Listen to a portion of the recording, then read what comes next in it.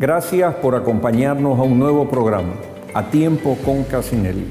Hoy nuestro invitado Richard Salazar, coordinador de Acorbanec, gremio que se encarga de representar a un sector importante de todo aquello que tiene que ver con producción bananera. Acompáñenos. Es un gusto tenerlos una vez más a Tiempo con Casinelli.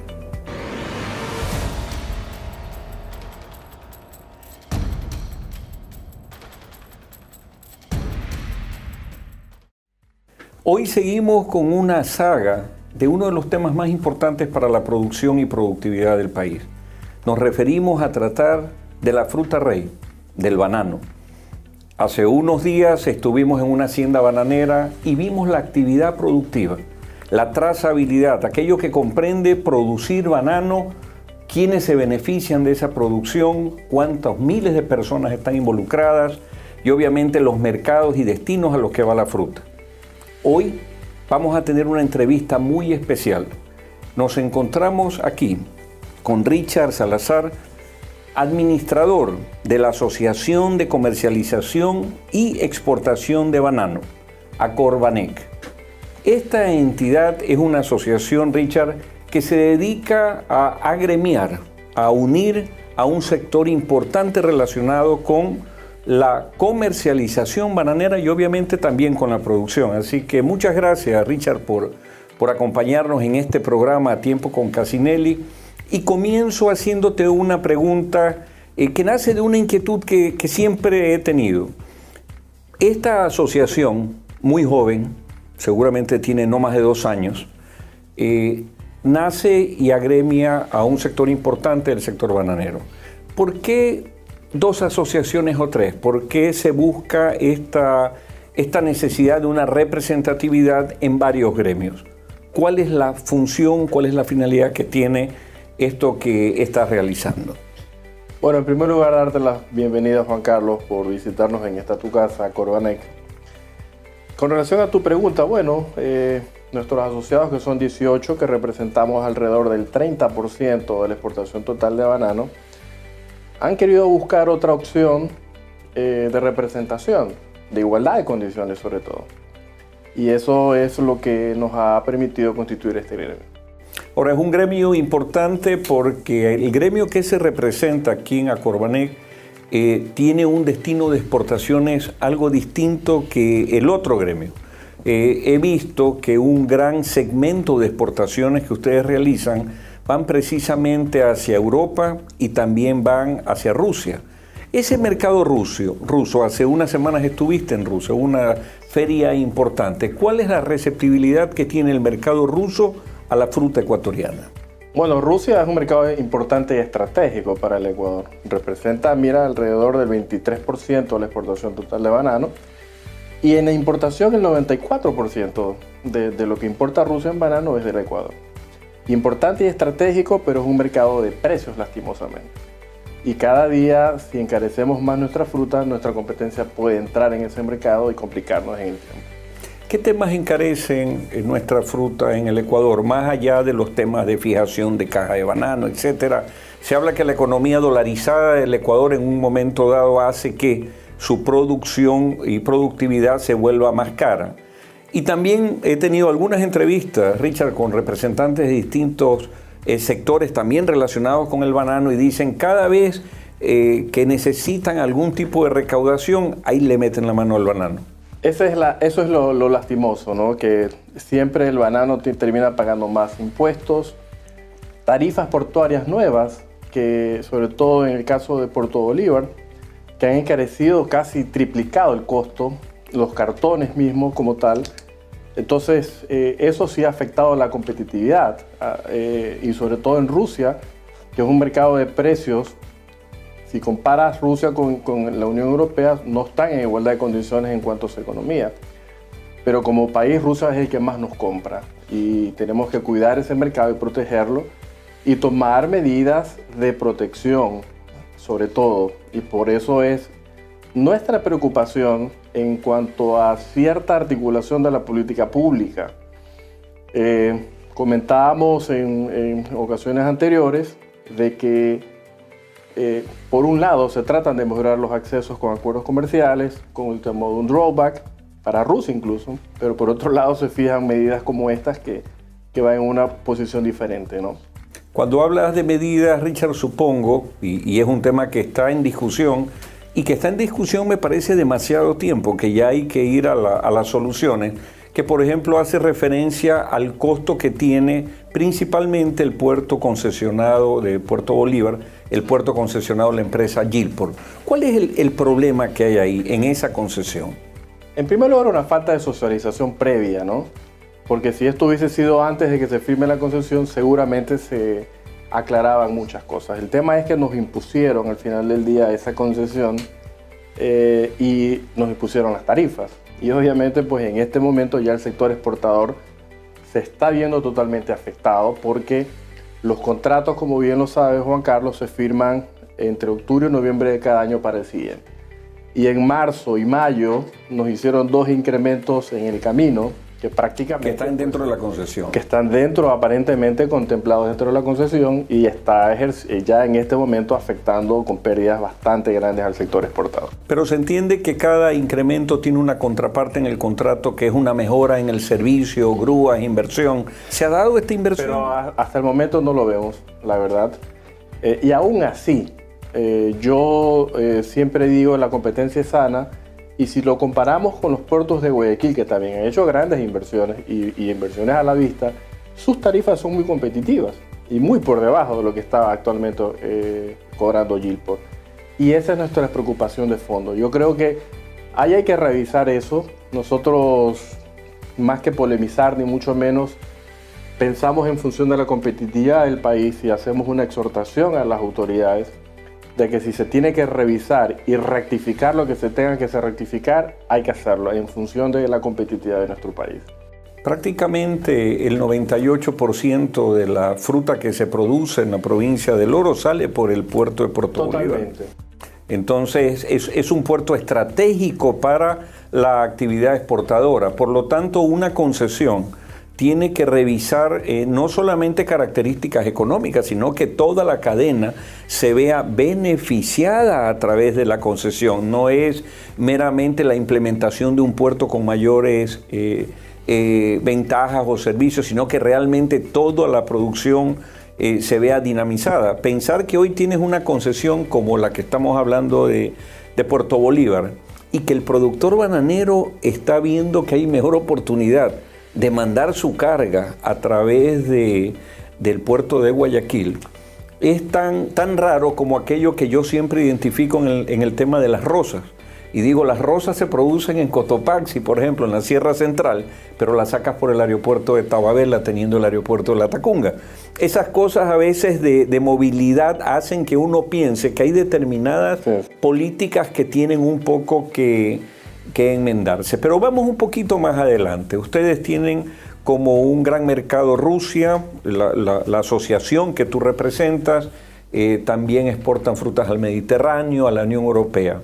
Impacto de exportaciones a la Unión Europea, acompañamiento de ProEcuador, que es nuestra oficina de promoción de exportaciones al mundo en esta fase donde ese mercado luce tremendamente atractivo luego de la firma del acuerdo.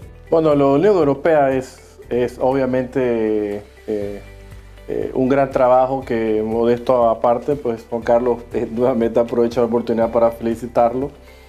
Creo que fue un logro importante del gobierno anterior y encabezado en este caso por ustedes. Se ven los resultados a la vista, no necesitamos explicar más. Hasta octubre, si me permites leer una cifra muy rápidamente, nosotros tenemos ya un incremento del 18% en volúmenes y alrededor de un 22% en términos monetarios. Es evidente el impacto que ha tenido positivo este acuerdo comercial. Rusia también, nuestras exportaciones en general han crecido este año, a pesar de que hubieron muchas complicaciones. Eso te denota de que, de una u otra manera, el trabajo que ha venido haciendo el Ministerio de Comercio Exterior, con la anterior administración y con la actual también, junto con ProEcuador, están dando los frutos. Lo que sí me preocupa en esto es de que estamos por el tema presupuestario, estamos quitando recursos en la promoción. Y es ahora más que nunca que necesitamos que las promociones sean mucho más fuertes, la visita a las ferias sean más constantes. Nosotros estamos invirtiendo como gremio en eso, por ejemplo. Nosotros hemos visitado ya 2 ferias en menos de 2 meses y estamos por visitar otras más, sustentando y soportando a nuestros asociados. Estamos convencidos de eso. Y un trabajo que es muy importante, que creo que todavía falta por hacerse dentro de la promoción, más que una defensa comercial, es una campaña de información. Porque lastimosamente también hay una competencia desleal en todo negocio, ¿no? Y en el banano no es la excepción. Hay campañas negativas que dicen que todavía se utilizan niños en las plantaciones, lo cual es totalmente falso, de que no se permite la libertad de formar sindicatos, etcétera. Asociación. De asociación. Entonces, eso es totalmente falso y yo creo que más que mundialmente entrar a aclarar ese tipo de cosas, tenemos que trabajar sector público y privado en una campaña internacional de información de que nuestro banano cumple con toda la responsabilidad social, ambiental, las normativas laborales, tributarias, ambientales.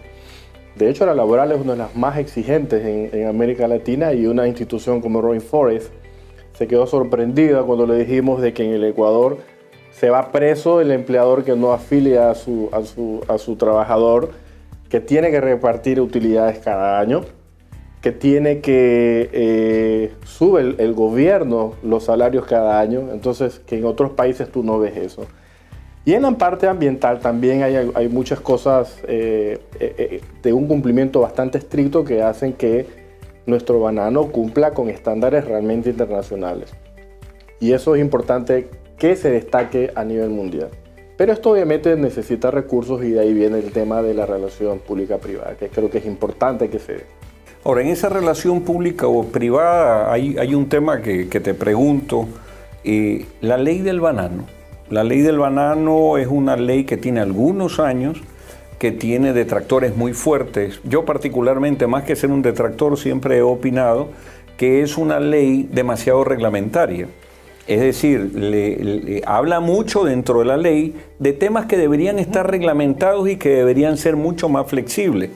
Creo que es una ley demasiado sancionatoria. En un momento dado es muy fuerte las sanciones que se dan nuevamente porque se dan a través de la ley, en vez de tener un reglamento que vaya modulando esto poco a poco. Y finalmente siempre dejo en el debate el tema de la limitación de hectáreas a sembrarse.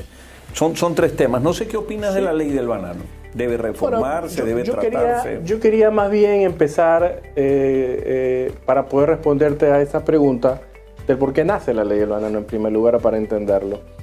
Cuando se constituyó o se expidió la normativa, había un oligopolio que controlaba el mercado nacional, pero también el mundial.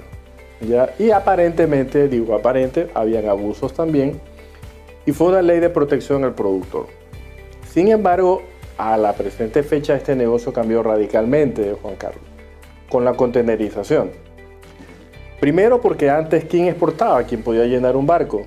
Y el que podía llenar un barco era el que tenía muchos recursos económicos para poder hacerlo. Por eso eran contados con las manos los que exportaban. Con la contenerización esto cambió radicalmente. Primero porque llegas a todo el mundo en menor tiempo y menor costo incluso. Y eso hizo que incluso se democraticen las exportaciones. De 8 exportadores ahora ya hay casi 200 exportadores. Adicionalmente a eso, el acceso a la información.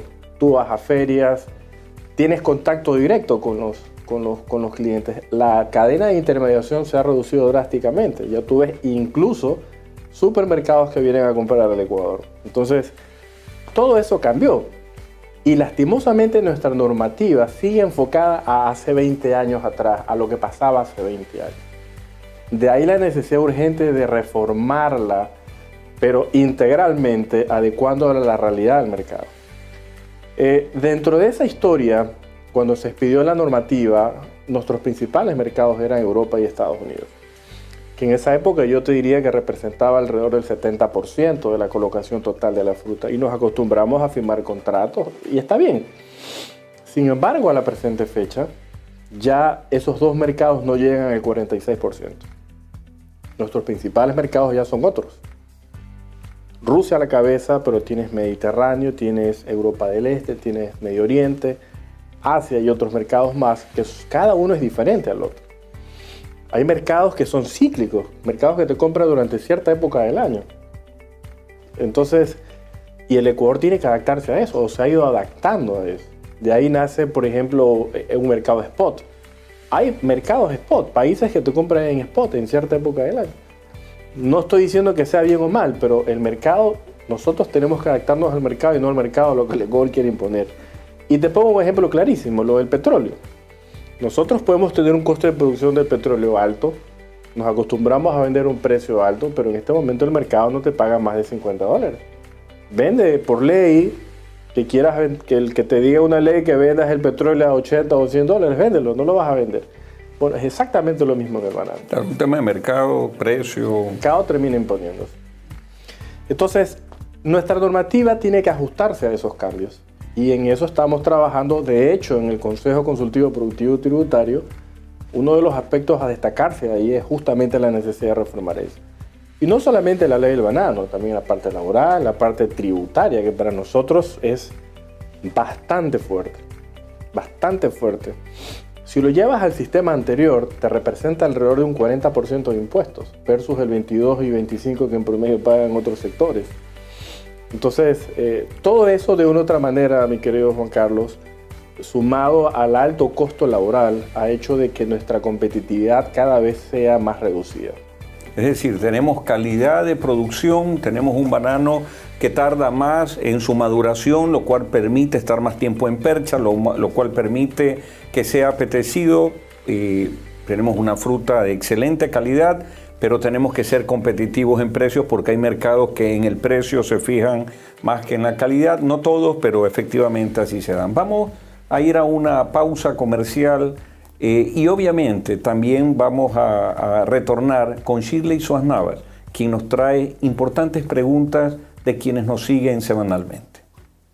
Este programa llega gracias al gentil auspicio de CEMEDIC, Hotel Mar Azul, Halil Brokers S.A., Global Trade Consulting, Riviera 4K Ultra HD TV. Encuéntralos en las principales cadenas y supermercados del país. Di Franco Hostería. Fin de espacio publicitario. Y para nuestro segmento de preguntas y respuestas le damos la bienvenida a Shirley Suárez Navas, quien ha hecho algunas entrevistas y hay requerimientos de la ciudadanía. Shirley, ¿cómo estás? Buenos días, doctor Cassinelli, ingeniero Richard Salazar.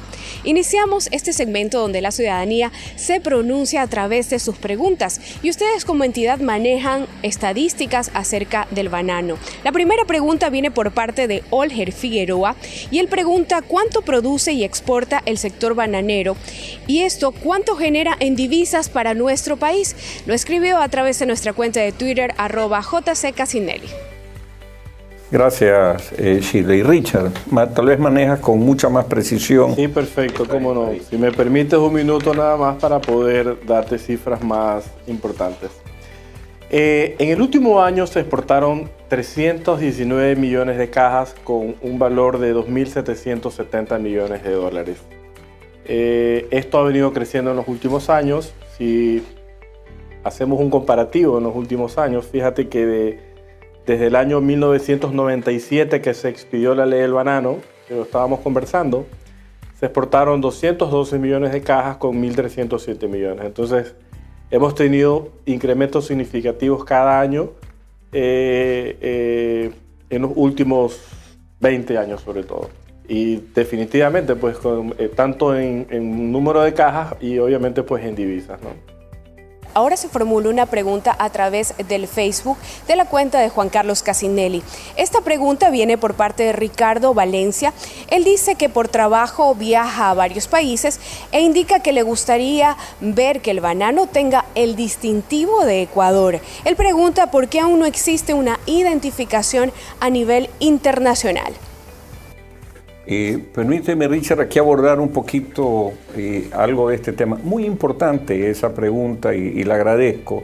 Uno de los cometidos fundamentales del último año, cuando estuvimos en el Ministerio de Comercio, y tú debes recordarlo, es crear estas marcas que le den una identidad al producto ecuatoriano. Una de las cosas que más puede molestar cuando uno tiene esta calidad de producción, esta trazabilidad social, lo que tú decías, ese compromiso ambiental, etcétera, es que nuestro producto acabe yéndose en una caja blanca, en una caja sin identidad, porque cuando el producto es ecuatoriano, tiene ahí sí un reconocimiento, llámese banano, camarón, etcétera, que hace que la gente pague un poco más, porque sabe de la calidad del mismo.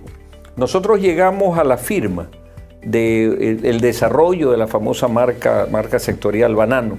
También lo hicimos en su momento con atún, también lo hicimos con camarón, pero ahora ya te pregunto y te paso, luego de 4 meses de haber salido esta actividad y de la firma del acuerdo para comenzar el tratamiento de esto, ¿cómo va la marca sectorial? ¿Se desarrolla? ¿Están los estudios? Estamos en eso todavía. De hecho, Acorbanet está por firmar también y otros gremios de productores este convenio, pero es importante, yo creo que es importante que trabajemos en esta marca sectorial. Sin embargo, hay una marca país que ya está también, que de una u otra manera es la insignia también en las diferentes ferias internacionales, que incluso en la feria que acabamos de llegar como Acorbanet, en el stand que se puso, destacamos, aparte del nombre del país, la marca país. Pero sí es importante, yo creo que debería ser una estandarización, yo creo que debería impulsarse mucho más rápido el tema de la marca sectorial.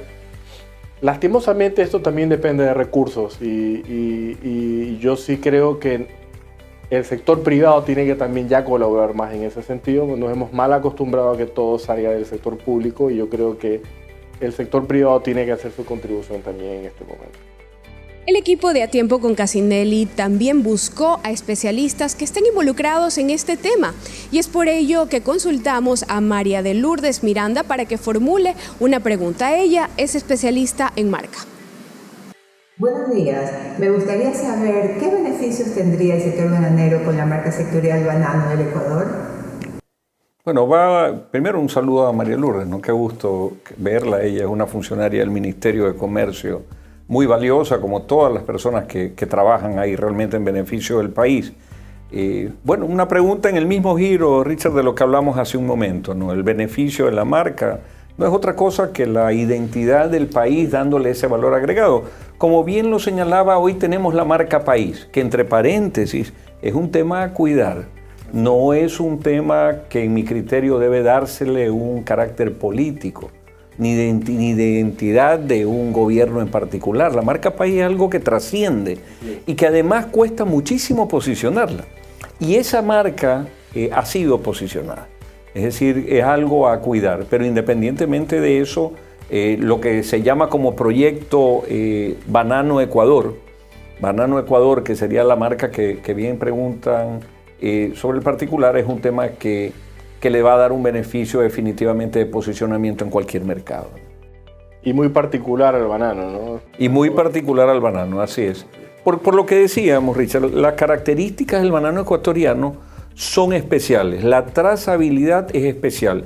Y cada vez más, los mercados más selectos, hoy que estamos hablando del EFTA, de Suiza, de Liechtenstein, de Islandia, de otros países, buscan la historia también.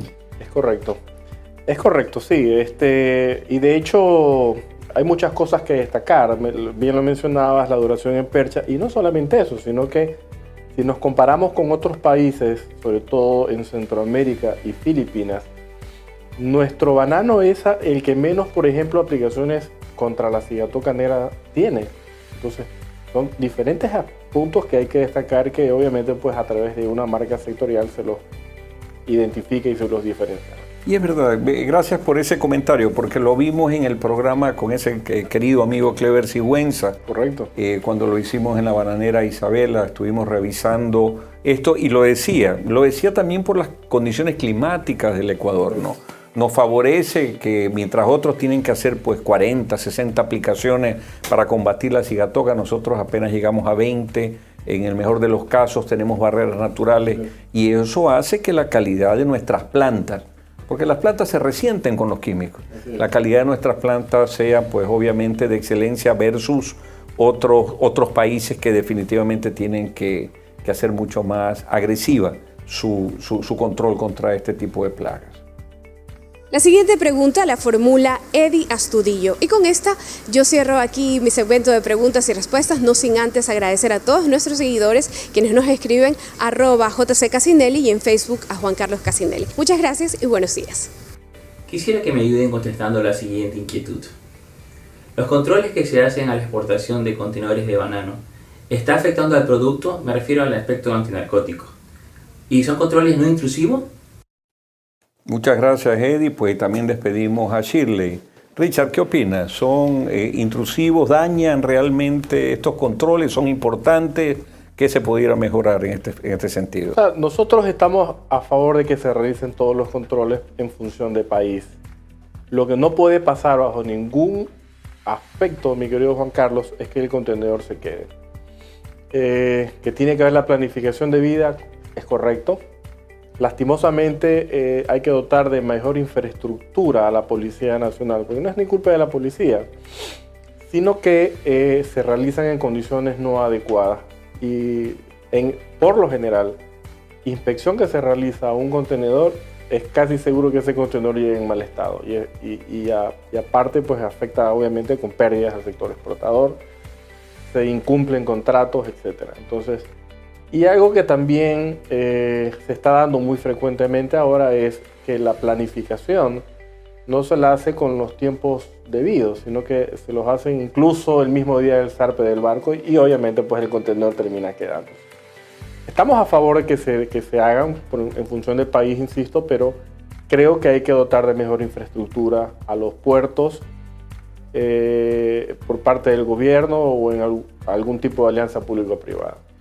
Sí, yo coincido contigo. Creo que ya es el momento de que la tecnificación llegue a nuestro sistema portuario, que el control, el famoso escáner para el control de los contenedores de ida y de vuelta, sea una realidad. Yo he sido testigo de lo perjudicial que es, por ejemplo, cuando se abre un contenedor y se ingresa con los perros. Es decir, los perros dejan pelo de perro, dejan determinados olores y de alguna manera contaminan. Cuando ese producto llega, no llega con droga, por suerte, porque eso es lo ideal, pero inmediatamente viene el reclamo internacional diciendo que llegan en condiciones a veces no tan prudentes. Me parece que el método de control que tenemos es sumamente rudimentario. Es una pena que esa iniciativa que se tuvo de impulsar, aunque sea los escáneres chinos que habían llegado, para el control solo sirvió en su momento para los temas de importaciones más no de exportaciones.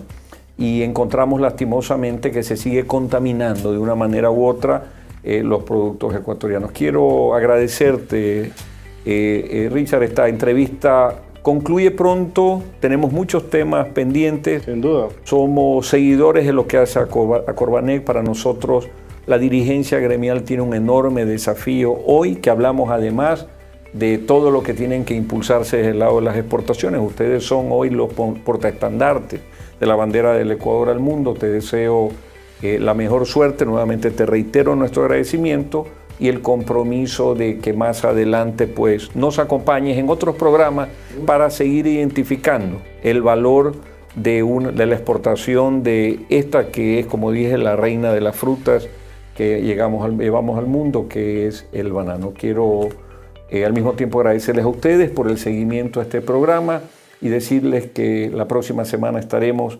nuevamente a tiempo con Casinelli.